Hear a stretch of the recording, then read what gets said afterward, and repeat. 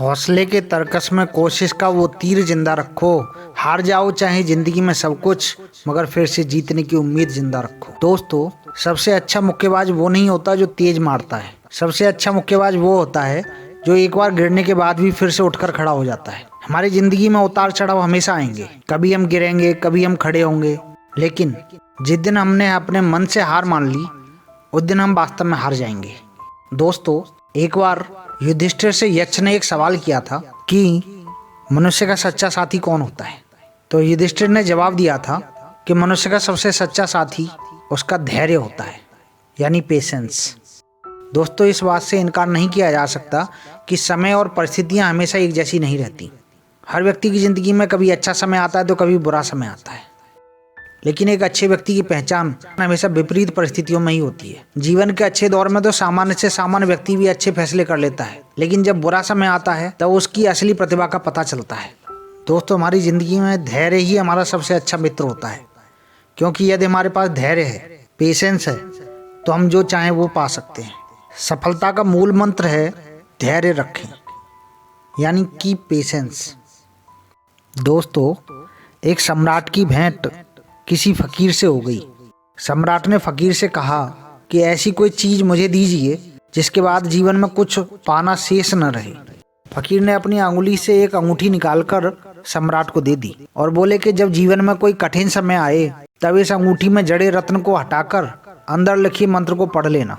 कुछ समय बीत गया, सम्राट के राज्य पर हमला हुआ और वह पराजित होकर भाग निकला।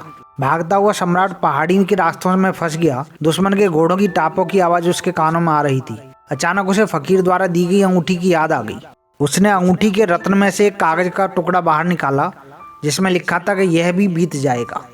सम्राट के अंदर चेतना जागृत हो गई और वह वापस बाहर निकल करके आया और अपनी सेना इकट्ठी की और फिर से लड़ा। फिर दोबारा से अपना राज्य वापस लिया। दोस्तों, इस कहानी से हमें क्या निष्कर्ष मिलता है? चूंकि दोस्तों, समय हमेशा एक जैसा नहीं रहता, इसलिए आशा हमेशा बनाकर रखें, थककर ना बैठें, हिम्मत हार कर ना बैठें। समय को मुश्किल जानकर कोई नकारात्मक निर्णय न लें। इंतजार करें, धैर्य रखें। हमारे अंदर नई भावनाएं जन्म लेंगी और वे सकारात्मक होंगी और एक नई सुबह की नई शुरुआत होगी। विपरीत परिस्थितियों में ही सही निर्णय लेने वाला व्यक्ति सफलता की ओर अग्रसर होता है।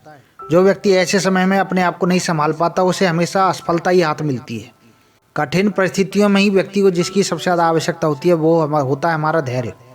अगर हम धैर्य बनाकर रखते हैं तो कठिन से कठिन चुनौतियों का भी हम सामना कर सकते हैं। कई बार हमारे स्कूल या कॉलेज में भी जब परीक्षा या कंपटीशन पास में होता है, हमारे अंदर एक घबराहट उत्पन्न होती है।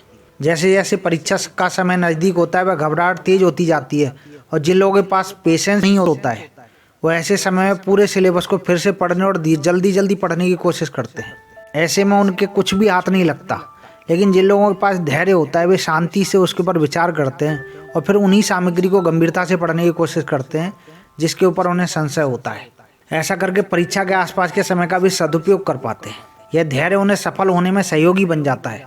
इसीलिए दोस्तों, कहा जाता है कि रख हौसला, वो मंजर भी आएगा जब प्यासे के पास चलकर समंदर भी आएगा। थक कर न बैठे मंजिल के मुसाफिर, मंजिल भी मिलेगी और मिलने का मजा भी आएगा। दोस्तों, अगर हम मंजिल से थक कर बैठ गए, दोस्तों अगर हम एक बार हार कर बैठ गए, फिर उसके बाद हमें पछताने के अलावा कुछ नहीं मिलेगा। इसीलिए दोस्तों, थक कर मत बैठिए, जिंदगी को एक जंग की तरह लड़िए, क्योंकि यूं ही किसी की जय जयकार नहीं होती और संघर्षों के बिना कभी नौका पार नहीं होती। दोस्तों, संघर्ष करते रहिए, हिम्मत मत हारिए और आगे बढ़ते रहिए। मस्त रहिए, व्यस्त रहिए और स्वस्थ रहिए। बाय बाय दोस्तों।